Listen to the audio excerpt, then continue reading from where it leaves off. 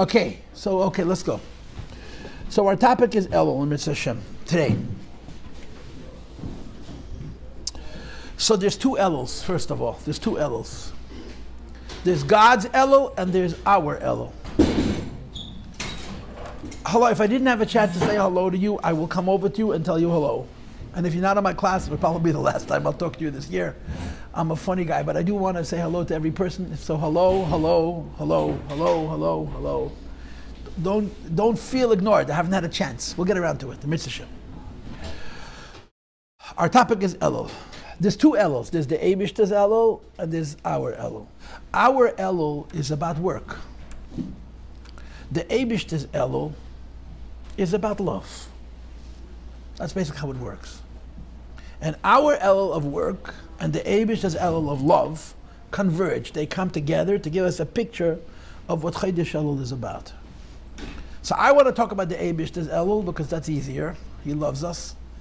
And I'm going to segue from that into our Elul. Okay? You Lubavitchers, so you have been brainwashed, Baruch Hashem. Everybody in this room has heard the expression, the king in the field, right? What it means, we're not sure, but we know the king is in the field. Chodesh Elul is Melech Basar, the king is in the field. So I want to talk about the king in the field. And our discussion about the king in the field is going to go back to Chodesh Av, Menachem Av. Last month was Av. Right? Av is the month when all the bad stuff happens. Beit HaMikdash is destroyed once, twice. The Jewish tradition is we don't have many days to commemorate all of our tzaddis. Every bad thing that ever happened to the Jewish people, we commemorate on Tisha B'Av. In other words, Tisha B'Av, we cry not just for the Churban Beit HaMikdash, we cry for all the many, many reasons the Jewish people have to cry, including the Holocaust. I'm sure you're aware that in Eretz Yisrael, one of the last days of Nisan is called Yom HaShoah, Remembrance Day, where they remember the Holocaust. I don't think we ascribe to that, and it's not for political reasons. I believe, and I could be wrong, but I believe that Al Pi Torah, Tisha B'Av, we cry for everything that ever happened to us, all the tzaddas. Because Tisha B'Av is the source of all the pain that the Jewish people have. So on Tisha B'Av, we cry about the Crusades, we cry about the blood libels, we cry about the burning of the Shas, we cry about Tach V'Tat, we cry about Asar Arugim Malchus. Every bad thing, Tisha B'Av is a Yom Mochel L'Paranos. And it goes back to the Yidden in the Midbar with the story with the Meraglim when they cried. And Rashi says in Chumash, you're crying for no reason, I'll give you a reason to cry. And it is ironic, of course, that the month of Av, which has Tisha B'Av in it, which speaks about all the, which is a date and a time that we mourn, we cry for all the Yiddish tzaddas, is called Menachem Av. Menachem means to console, and Av means father. And it is ironic, it is odd, it is weird, it is strange that the month that has within it what is really the most bitter, the saddest day of the year, is called Father, and it's called consolation, Menachem Av. And I'm sure you've heard this question. This is the big question. What makes Chodesh Av fatherly? What makes Chodesh Av paternal? Chodesh Av is angry. Chodesh Av is bitter. Chodesh Av is Hashem with his back turned. And there's a very important answer to that question. And the answer to that question really speaks to the whole relationship that the Jewish people and Hashem have. Everybody in this room is Jewish, okay? And I'm going to assume that none of you had a choice. You were never born into it. This has actually happened on Mitzvayim. A bacha walks over to a man and says, excuse me, sir, are you Jewish? And the man says, unfortunately not. That same Friday, he goes over to another man and says, excuse me, sir, are you Jewish? And he says, unfortunately, yes. So which is it? Is being Jewish unfortunately no, or is being Jewish unfortunately not? Well, the answer is both. We have this very, very interesting relationship with the Eibishter. This relationship involves Hashem not letting us lose Him. But this relationship also involves Hashem not allowing Him to lose us. The Eibishter's relationship with the Jewish people is very simple. Whatever the father's got to do to hold on to his kids, he's going to do. because he loves them. And sometimes when fathers love kids and they want to hold on to them, what they give them is nitaz geschmack. In other words, if you want to understand Tisha B'Av, you want to understand Chodesh Av, you want to understand the Jewish people and our relationship with the Eibishter, that's the answer. Hashem is sometimes so rotten, so miserable, so mean, so I can't believe he did it. But when you look back, the Eibishter will never allow the Jewish people to disappear. The Eibishter will never allow the Jewish people to fall out of his orbit. And that explains Menachem Av. That explains Menachem Av. Tisha B'Av is a terrible day, and it commemorates many terrible events. But it also commemorates that the Jewish people will never be destroyed. And in a weird kind of way, those two things are interconnected. Chodesh Av is a time when we have so many difficulties, but Hashem is not punishing us. Hashem is not punching us in the nose. Hashem is not trying to hurt us, trying to destroy us. Hashem is keeping us. That's what you have to understand Chodesh Menachem Av. And again, if you want to have a simple modern day example, just think about you. 80 years ago was a Holocaust. 80 years ago was a Holocaust. What's happened to the Jewish people in the last 80 years? It's impossible to explain how the Jewish people could lose 1 out of 3 Jews. And they lost the best 1 out of 3 Jews. And 80 years later, the Jewish people should look the way we look. This is the kind of connection we have with the Eibishter. Hashem sometimes is very rotten to us. And this year, Tafshin Pei Daled, unfortunately, is a year that we're going to remember for the rest of our lives. I mean, you guys are young. So when you're going to be 80, you're going to remember what they call October 7th. I like to call it Simchas Teda, but it's a very, very difficult year. But you're going to look back in 20, 30, 40, 50 years, and you're going to see that as difficult a year as this was, in the end, it's part of God's love. That's Menachem Av. Sometimes he's miserable, sometimes the Eibishter can be so mean to us, but it's always because he's holding us. Always because he's holding us. And you go from Av into Elul. That's how you understand it. Chodesh Av is a month that Hashem is a father, and Hashem preserves us. That combination of being our father and making sure that we remain his children sometimes shows itself in great pain. So the Chodesh is called Father, and the Chodesh is called, I'm sorry I had to give you a slap, but I love you. That's how you understand Menachem Av. And you fall from Av into Elul. Chodesh Elul is the Eibishter reconciling. Chodesh Elul is the Eibishter saying, you know, I had to punch you in the nose. I had to slap you in the face. Come, let me give you an embrace. That's how you have to understand it. If you could remember the Chumash, you know that Moshe Rabbeinu was on Har Sinai 3 times for 40 days.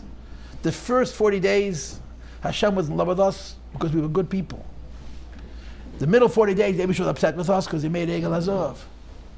The last 40 days, Hashem was again in love with us because he's our father and we're his children. And the father-child relationship, sometimes he gives a patch. But never does he say, you're not my son. You understand? Never does he say, you're not my son. So Elul is upon us. Today is Aleph Elul. It's the second day of Chodesh. Elul is called Chodesh HaRachamim V'Aslichos. It's a time that Hashem shows us mercy, that Hashem shows us forgiveness. In other words, if last month the Eibishter may have needed to give us a slap to keep us in line, this month he gives us a kiss. I'll tell you a sweet story. There's a Jew I know whose name I'm not going to tell you, who's a Baal Teshuva. He grew up from, but he's a Baal Teshuva. In other words, he's a real Baal Teshuva. He was once from, then he took some time off, and now he's a big Rosh Hashiva. So he knew a Yid in Yerushalayim who was a holy man, a Lubavitcher Chassid by the name of Rabbi Moshe Weber. Rabbi Moshe Weber probably passed away 30 years ago, 25 years ago. He was a very, very big Chassid, Rabbi Moshe Weber. But he was an old timer. He would stand every day by the Koisel putting tefillin on Yidden, but he was an old timer. He was a holy Jew. Rabbi Moshe Weber could do things that nobody else could do. He'd go over to a Chiloni, a secular teenage boy, not from at all, by the Koisel Amaravi. He'd give him a slap, patch, and a kiss, and put on film. Now, if you gave someone a slap, you get slapped back. Rabbi Moshe Weber slaps were, he was that kind of a man. You have a patch, this was his minute. You have a patch, a kush, a length film. So this younger man told me the following story, that when he was doing Teshuva, he was walking in the streets of Yerushalayim with this chassid, Rabbi Moshe Weber, and they were holding hands. Rabbi Moshe Weber never had any children, so everybody was his child. He was walking in the streets with this man. He told me this to himself. And they're holding hands. They're walking in the street holding hands. And as they're walking, this guy thought something that's not kosher. You understand? He was a young guy, just like you are. And sometimes old people get bad thoughts too, but young people can't help themselves. Into his machshava is an angefallen machshava that's not appropriate for anybody. So they're walking in the street. Imagine this. They're walking in the street, holding hands. This young bacher and this old chassid.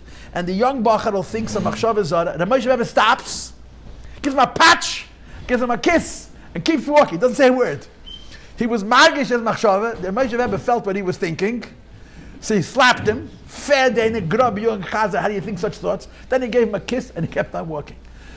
That's Av and El. If you get a patch, you get a kush. Menachem Av, if you get a patch, and Chayde Shal, if you get a hug and a kiss. And this is how our new year begins. You understand? Tisha is the new year. It comes after the slap and it comes after the kiss. Chayde Shal is the rachem. The Chayde Shal gets a kiss, a hug. It's a special time. Hashem is very close to us. In Kabbalah, it's called the Gili of Yud Gimel Midas Arachamim, the 13 attributes of mercy, which is a very high idea. But this is a special time. Hashem is close to us. But the nature of His closeness is called the king in the field. The nature of Hashem's closeness to us in Chodesh Elul is called the king in the field. What's the story with the king in the field? You know the story with the king in the field? Does anybody know the story with the king in the field? So I'll tell you the story of the king in the field, okay? And then I'll tell you the story of the king in the field. The story of the king in the field, anybody that I know, hello. Anybody that I don't know, I'm going to come and tell you hello. Mitzvah Hashem. You all look very beautiful. What can I tell you? I'm looking for the bums. I don't see any. I don't know, my eyes don't work so good anymore, which is probably good. Don't be so serious. It's all good. The story with the king in the field is as follows. There was a Jew by the name of Meir Abu Chatzira. His grandfathers were holy people. He's already passed away. He passed away quite young, I think. Probably in his early 70s. Meir Abu Chatzira was born in Morocco to a holy, holy family. The family moved to France, and at some point in his adolescence, he left Yiddishkeit, and at some point, as an adult, early adulthood, he became a Baal Tshuva. He was a fire. He was a fire. Meir Abu Chatzira had a very special relationship with the Rebbe. If you've ever watched videos of the Rebbe whistling by Farbrengen, and I'm sure you've seen it, the Rebbe would whistle to Meir Abu Chatzira. Meir Abu Chatzira used to stand behind the Rebbe, and if he came to a weekday Farbrengen, the Rebbe would turn around and do, and he would whistle till his neshama came out. If the Rebbe didn't whistle, Meir Abu Chatzira wasn't there. If Meir Abu Chatzira was there, the Rebbe whistled. And the Rebbe once told Yankel Hecht, J.J. Hecht, alav hashalom, that when Meir Abu Chatzira whistles, we make Bali Tshuva. The Rebbe wasn't whistling because he was trying to be entertaining. And he said once Meir Abu Chatzira didn't come to a Farbrengen, and the Rebbe told Yankel Hecht, hat man nicht gekannt pfeifen, so we couldn't whistle, but gekannt machen noch a pub. Imagine the Rebbe tells that to somebody, that if Meir Abu Chatzira comes to Farbrengen and we whistle, we make Bali Tshuva. So think about what it means that the Rebbe whistles. And when Meir Abu Chatzira was a new ager, you know, he was a hippie. And he made a living at a diet that's called microbiology. Microbiotics, I don't know what it's called. But it's a special diet supposed to keep you healthy. I was once in the house where they ate microbiotics. It's a bunch of seeds. They said, I'm going to be fat and unhealthy. I'm going to eat chicken. But he has a diet. This is what he did. He sold his diet. And he traveled all over the world and he made speeches. He was a chaverman. He was on the ball. So he writes to the Rebbe a letter that he's going someplace in California, I think, to give a talk to people on microbiotics. They weren't even Jews. Some people who were interested in new ideas. So the Rebbe writes him in the note, he writes to say, don't forget to mention that the Melech is Basada. So imagine you're going to speak to a bunch of Goyim about a diet and you're supposed to speak about king in the field. What's he supposed to do? What are you going to do? Again, I didn't know him personally, but if you knew him, this was what he would do. The Rebbe told him to be king in the field. So he comes to his speech, and he starts talking about his diet, which was his job. He's being paid to speak about his diet. And like 15 minutes into the speech, ladies and gentlemen, I must make an interruption. It's very important for all of you to know that the king is in the field. And he continues talking about his diet. Waits 20 minutes, and says, in case you forgot, it's important for you to know The king is in the field. And at the end of his speech, he says again, I'm about to finish, I just want to remind you. That's all he said. The king is in the field. He didn't explain it. He kind of the king is in the field. And when the speech was over, all the people who were hippies like him, they had no idea what he was talking about, but they thought it was such a cool concept. They came to tell him how wonderful. It's a cool idea, the king is in the field. But Melech Basad, the king, I want to tell you what the king in the field means. The king in the field means as follows. Kings are very intimidating people. Why? They're powerful. And they come across powerful. And they come across, they unsettle you. When you're around people of very great power, you feel less because they're so powerful. In addition, kings don't come alone. Kings come with a whole entourage. They bring with them a whole chevre. And the people that come with the king add to the king's grandeur. They make the king feel to you very powerful. So kings, when a king walks into a room, everybody is uncomfortable. You don't want to be too close to the king. What happens if the king takes off his special clothes and puts on overalls, the same shmatas that the farmers are wearing, and he comes by himself?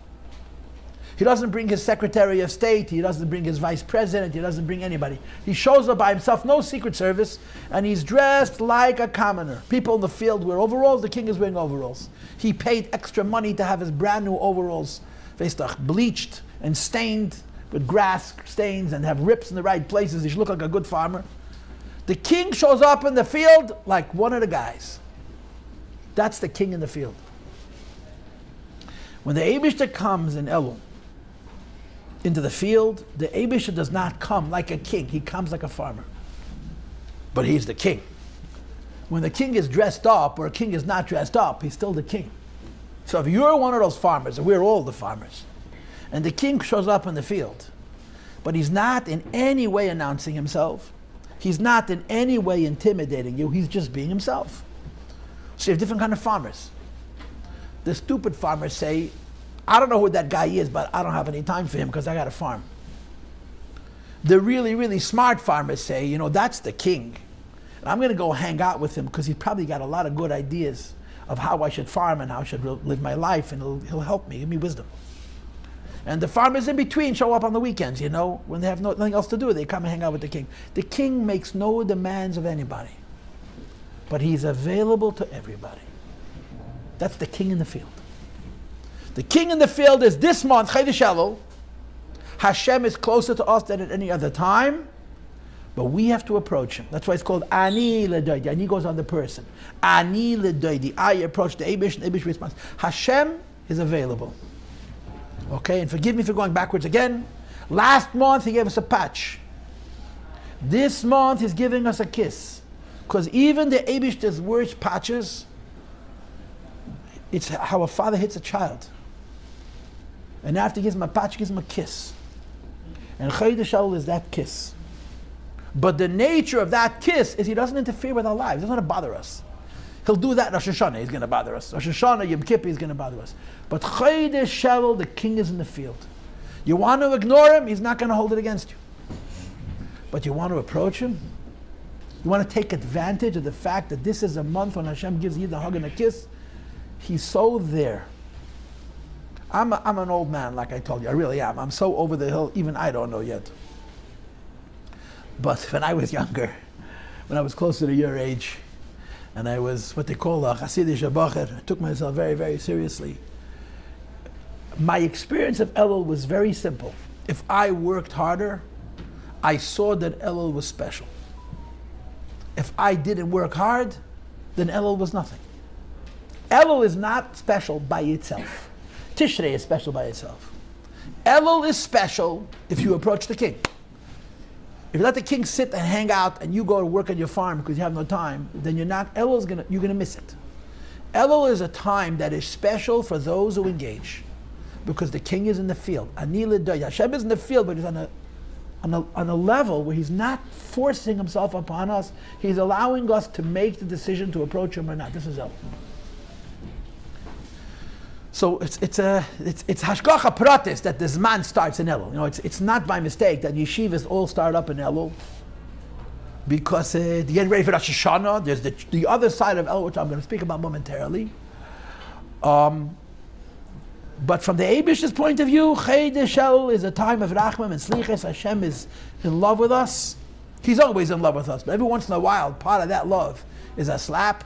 But in Elul, there's no slaps, it's hugs and kisses.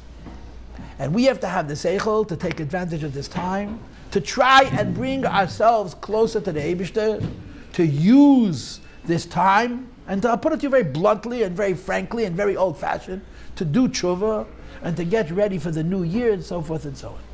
This is the Eibishter's Elul. This is Hashem's Elul. Now let's talk about our Elul. Our Elul is cheshbon and nefesh. You take stock, right? I know that a lot of guys in Achi already have businesses, as they on the side or not on the side. The more your business flourishes, the less your attendance in Achi is consistent. So I wish you to have very successful businesses, but show up to classes anyway. Not just to smicha, but even to Hasidus. Even though smicha you learn l'shem smicha. Hasidus you learn l'shem shamayim. And shamayim somehow it's like melech pasada. It gets neglected a little bit. But that's my job. A businessman knows that he has to take risks. A businessman knows he has to take risks, right? He either borrows money or he has capital. And he starts, right? Business people start new things. And for every business that succeeds, 3 businesses fail. I'm sure you've heard the cliche. Somebody once asked a multi-millionaire how he became so successful, and he answered by failing. And the person said, "Huh? What do you mean by failing?" "Yeah, I started. I fell on my face. I lost a lot of money. I made a lot of enemies. But instead of giving up and taking a 9-to-5 job, I started again and again. And save, call save, David Shigahofen." That's how it is. Business people take risks. They take educated risks. They don't take stupid risks. They plan, they think, they calculate, but you don't know what's going to happen. If you start a business, you don't know how it's going to work. And if a businessman comes home every single night and tries to see if he profited that day, he'll drive himself crazy and his business into the ground. If you start a business, you got to say, okay, for the next 90 days, we're just going to let it go. And we're going to see what, at the end of 90 days, we're going to look at it and see how we're doing. In which ways we should change it, how we should go. Business people do not take stock every day. They can't. They take stock from time to time. And they look back after 90 days or after 6 months or after a year, and they see whether there's profits. And even if there's no profits, if they see that each month they lost less money than the month before, so they know that at some point they're going to turn that corner where instead of losing money, they're making money. And that makes it a profitable business. And that makes worthwhile to stay in that business. It even makes sense to add additional capital, put more money into the business. And that's how business people work. But you don't take stock every day. You take stock from time to time. And when you take stock, you have to be honest. Right? You can't just say, okay, it's good, or okay, it's bad. You have to be honest. How am I doing? Where am I succeeding? Where am I failing? Where's my ups and where are my downs? Which parts of my business are doing better? Which parts of business can I still improve? Which parts of business should I cut out? That's what business people do. So they take stock from time to time. A Yid has a relationship with the Eibishter. A Yid, every one of us has a relationship with God. The problem is that the profits, the reward for our relationship with God is not dollars. Because if our reward for our relationship with God was dollars, we'd all be Chassidish Avachrim. It's very simple. If the more Chassidish you were, the more money you had, we'd all be Chassidish. It's not so complicated. It doesn't work that way. The reward for our relationship with God is Shalom was not a Levi. The reward, does anybody know the answer to this question? I asked him because I happen to know his name. The reward for our relationship with God is, anybody? The mitzvah itself. Okay, who said that? I can't see it. Oh, Kaplan. The reward for our relationship with God is our relationship with God. That's the answer. The only thing you're going to get from Hashem is Hashem. But that's a lot. You'll grow up, or you won't grow up. And you'll find out whether you grow up or you don't grow up, that in order to live life, your life has to have purpose and meaning. It can't be a pig. You think it's fun to be a pig, but it burns out quick. And it makes you sick. And it destroys you. In order to be a successful person in this world, and I mean successful, make a lot of money and have a family, and have a wife and have children that you love and that love you, you need a relationship with God. Because God keeps you from going cuckoo. And in America, we're born cuckoo, you understand? We have to uncuckoo ourselves. So you must have a relationship with Eibush. You must have a relationship with Eibush. And like I said, at 17, you don't believe me. Okay, but you heard it. You probably didn't hear it, it already flew out of your heads already, yeah? But one point in your life, you're going to say, I'm not from a Hasidish to please my parents. I'm not from a Hasidish to please the Eibishter. I'm not even from a Hasidish to please the Rebbe. I'm from a Hasidish to please me. The greatest gift God gave us is God.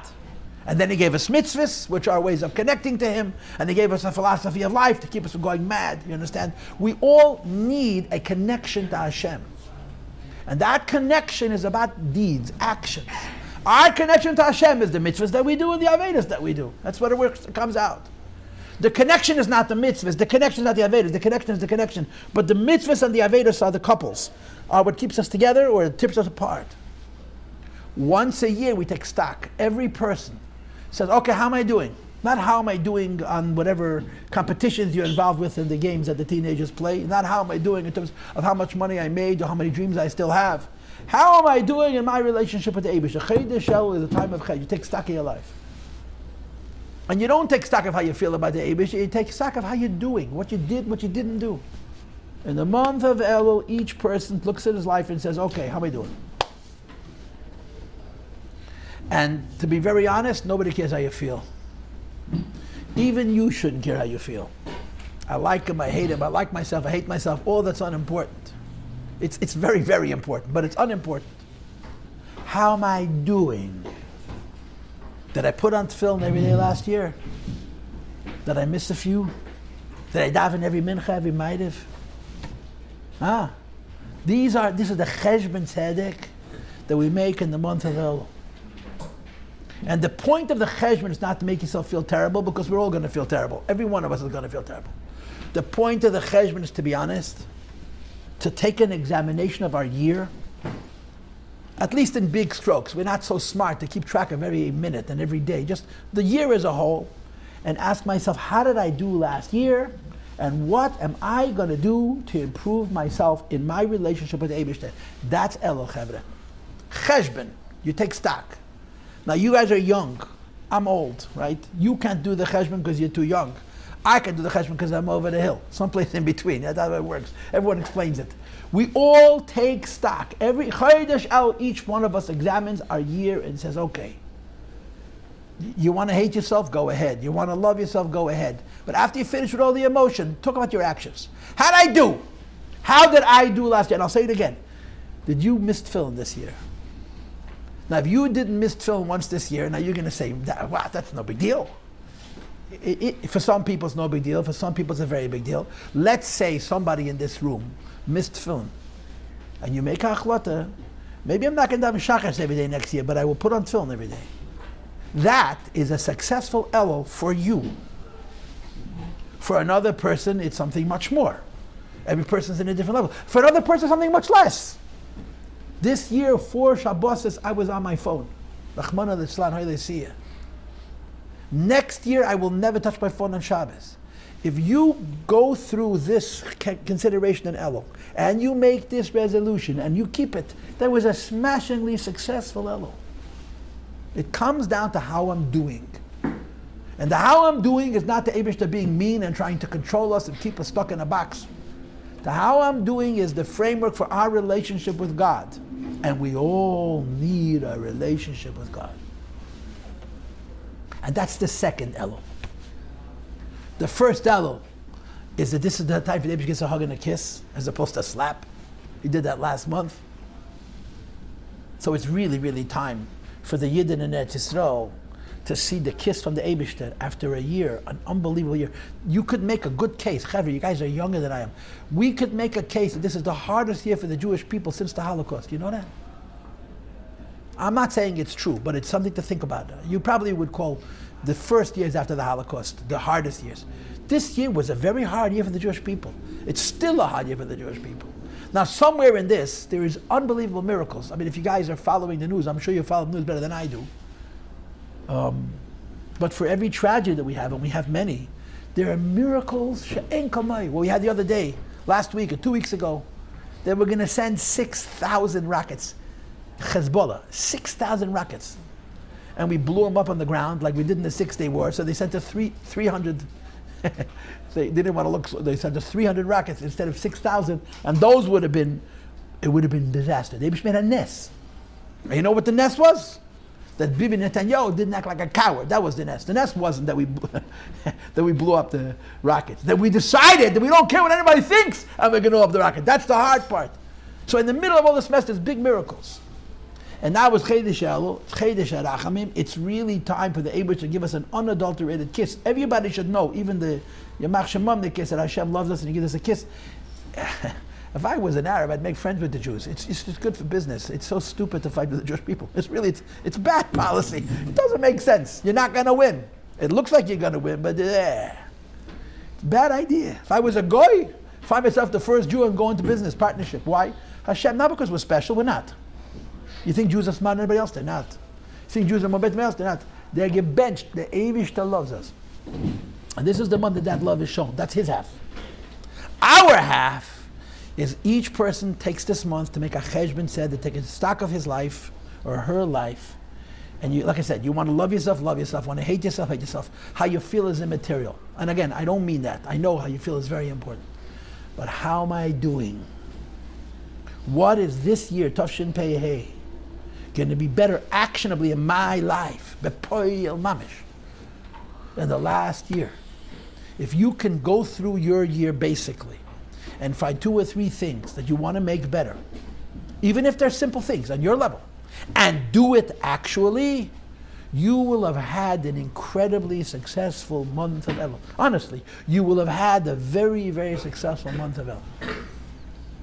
Okay? And to say what I just said, in other words, there's a word in Hebrew that is so often misinterpreted. There's a word in Lashon HaKodesh that people misinterpret. And that is the word tshuva. Most people think tshuva is you sit and cry. Most people think tshuva means you sit and tell yourself how terrible you are.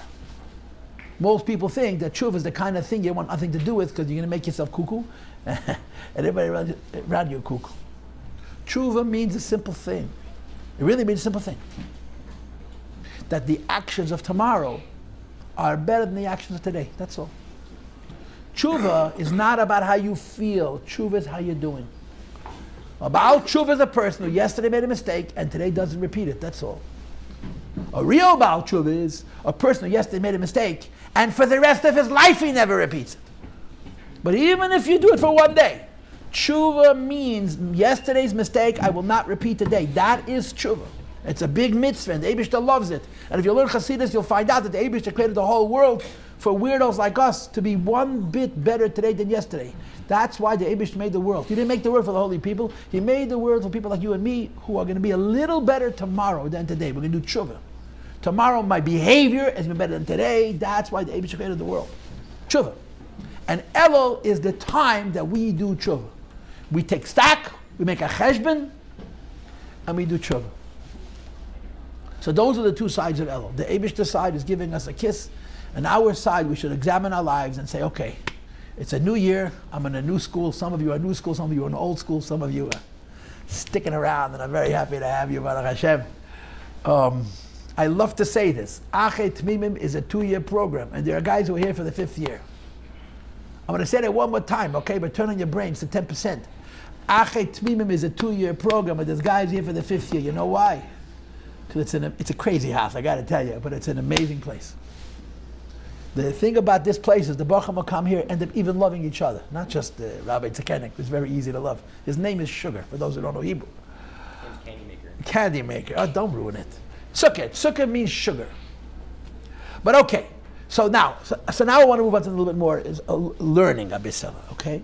So when it comes to Elul, which has these 2 components, it says in the Rebbe's letter, based on all kinds of holy books, that Elul has 5 abbreviations. 5 abbreviations. Everybody knows Anil Deli, it's brought in whatever, Nabudraham, it's brought in Alocha.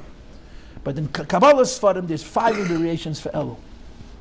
And the reason there's 5 abbreviations for Elul is because there's Torah, there's Tefillah, there's Tzedakah, there's Tshuva, and there is Geula. The 5 abbreviations for Elul, one abbreviation for Elul is Elul connected to Torah, Another abbreviation for Elul is El connected to Tefillah. A third abbreviation for Elul is El connected to giving tzedakah and doing mitzvahs. The fourth abbreviation of Elul is the Teshuva of Elul. And the fifth is the Inyan of Mashiach, of Geula. And I'm going to go through each one, okay? What is the Rosh Tevis of Elul connected to Torah? It's in Pashas Mishpatim.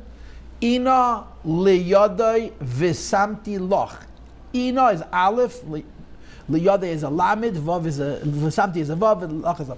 It's a pasuk, and a guy, Chas v'shalom, murders accidentally. A person kills by mistake. So he has to run to the Ari Mikla, to the cities of refuge. So the pasuk says, Ina liyadai, if it happened by mistake, v'samti l'cham makam, I'm going to give you a place to run and hide, to save yourself. Ina liyadai v'samti loch is the Shtevis Elul. So the Gemara says that Divrei Torah Kolten. The Gemara says that the Rosh Tevis, the remez of the is that just like there's a physical city of refuge that people run to, so that the Goyal Adam, the vigilante, the relatives of the murdered can't come and kill you. Divrei Torah. Torah is a miklat. Torah is a refuge. The word miklat, by the way, doesn't mean a refuge. The word miklat actually means a place of absorption. It doesn't just protect you, it lifts you up. So the Rosh Tevis, Ina L'Yadiv V'Samti Lach, which is about Ari Miklat, is explained to be connected to Torah. And the Rebbe spoke about it, the very first Elul of his Nesias. The Rebbe spoke about it, that he edited it, and the Rebbe was very into publicizing it. That in Chodesh Elul we do Teshuva. And one of the ways we do Teshuva in Elul is learn Torah. Torah lifts you up. Torah puts you into a holy space. So the first Rosh Tevis of Elul is Torah. Ina liyadiv v'samti lach. For those who want to remember it, I can show you the Rebbe, one letter from the Rebbe, a very short letter, where the Rebbe brings all 5 Rosh Tevis, and he also brings the sources. Now the second Rosh Tevis of Elul is Tefillah, davening. And that's the most famous Rosh Tevis of Elul, Ani l'doidi v'doidi li, which is a pasuk in Shir Hashirim. Ani l'doidi means I approach God. V'doidi li, and God responds to me. That's a title. Ani l'doidi, I come to the Eibishter, and then Hashem answers. Now before we connected this to the king in the field. Hashem comes into the field. If you want to ignore him, you're welcome to. If you choose to approach him, you may. Right? So an Elul, Ani l'doidi v'doidi li explains the whole theme of the Eibishter giving us a kiss and us having the option of approaching him. But specifically, Ani l'doidi v'doidi is when you daven. What's davening? You come to the Eibishter and say, let's talk. And the Eibishter answers you. I'm going to assume none of you like chazonis. Anybody here boring enough to like chazonis? You like chazonis? I won't tell anybody. There's a chazan, one of the most famous chazonim, whose name was Yossi Rosenblatt. He was a frum Yid, he was a chassidish Yid, Yossi Rosenblatt. Yossi Rosenblatt was not really a chazan. If you ever listen to his chazonis, he was really about tefillah. He was in a class by himself. He lived in an age where chazonim were not even frum. Chazanim with them they get paid $1,000 but not Shem Shabbos. Yossi Rosenblatt was a hard-ski Yid. He has a niggin in Yiddish. I don't know if he composed it, but it's an unbelievable song. But it was written a long time ago. It was written before the Second World War was done. It's Yiddish, and it's a conversation between a Jew and God. Lo mezich ibebeit. It's a special song. Someone's got to make that into English, but sometimes they take these Yiddish songs and put them into English. They're so bad, they're better dead than buried. But Lo mezich ibebeit, you tell the Eibishter, let's be friends. You tell the Eibishter, I have tightness to you. And in the song, you list all the tightness you have to the Eibishter. And you also list all the tightness that the Eibishter has to us. And Yossi Rosenblatt wrote this song this time 100 years ago. Lo mezich ibebeitin. Let's get together. Let's talk it through. I'll forgive you, you'll forgive me. That's tefillah. Davening. You approach to the Eibishter. Lo mezich ibebeit. Ani l'deidi v'deidi li is Rosh Tevis Elul connected to tefillah. The third Rosh Tevis of Elul is for tzedakah. And that's in the Megillah Esther. That you have to give that Mishloyach monois ish l'rei'ehu umatones la'avyonim. There's 2 mitzvahs on Purim. Shalach mones and matonos la'avyonim. So in the end of the Megillah you have the words Mishloyach mones. You have to send portions of food. Ish l'rei'ehu, one person to his friend. Umatones, you have to have gifts la'avyonim to poor people. The 4 words Ish l'rei'ehu umatones la'avyonim is Rosh Tevis Elul. And that Rosh Tevis is the idea of tzedakah. Now, we live in an age, where the Alter Rebbe writes in Tanya, that all of the good things that a Yid needs and all of the bad things you want to get away from can be accomplished with the sinas tzedakah. We're living in an age where people give lots of tzedakah. Yidden give a lot of tzedakah. Tzedakah is a tshuva, right? To talk about the idea that every one of us is one day in our lives going to figure out that we need God. And one of the easier ways to God, it's not enough, but it's really, really an easy way for God. If the Eibishter gives you dollars and you give them back to the Eibishter, it's a tshuva. It'll change you. It won't just, keep you out of Gehenna. It'll actually create a deeper relationship between you and the Eibishter. And I'm going to tell you, I'm moide dika word. An unbelievable word. But I never found that in the Sichos. When I first started teaching, which is 35 years, this year is going to be my 35th year, ouch. When are they going to put him out the pasture? So I worked Ocean Parkway. So I went with the bus in the morning, and I needed a ride back to Crown Heights. I couldn't afford a cab. I was very poor in those days. So I was schnutting rides every morning. And if I didn't get a ride, I paid for a cab anyway. I had regular schnutties, people who give me rides. There were people who were going to Crown Heights anyway, so I would get into the car and drive back to Crown Heights. One of my regular rides was a Jew who's now passed away. His name was Mendel Drizin. He lived on Crown Street, I think. Mendel Drizin was a Ramayar's son. He came to Yeshiva every day to drop off his Ben Zekunim, his youngest child. And he liked to verbring. So I would sit in his car and he would share things with me. And I, believe it or not, knew how to shut up and listen. It's hard for you to believe, but I when I want to, I can shut up and listen. So he shared different things with me. And one of the things he shared with me was unbelievable. I repeat it all the time, but he's my only source. I never saw it in a Sikha. That once in a Fabrengen, the Rebbe said, there were 3 countries. There was a country of Torah, there was a country of Avodah, and there was a country of Gemilas Chasadim. Country of Torah, country of Tefillah, country of Tzedakah. And then the Rebbe said in Yiddish, of course, from the Medina, von Torah is gar nicht geblieben. From the land of Torah, and he meant Poland, Galicia, nothing is left.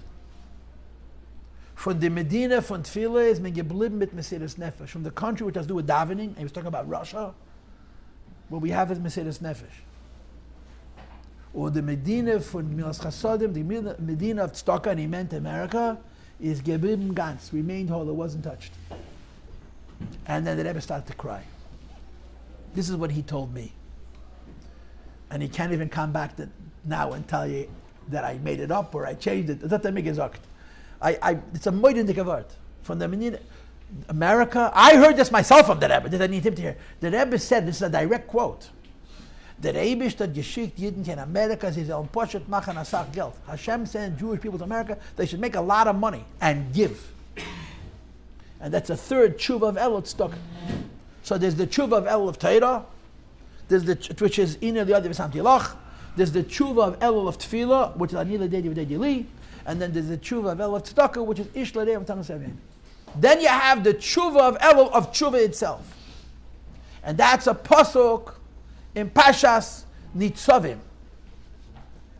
Pashas Nitzavim describes the destruction of the Beis HaMikdash, Yid going off into Golus, being really, really messed up, doing tshuva, Hashem having rachmanas on us and bringing us back.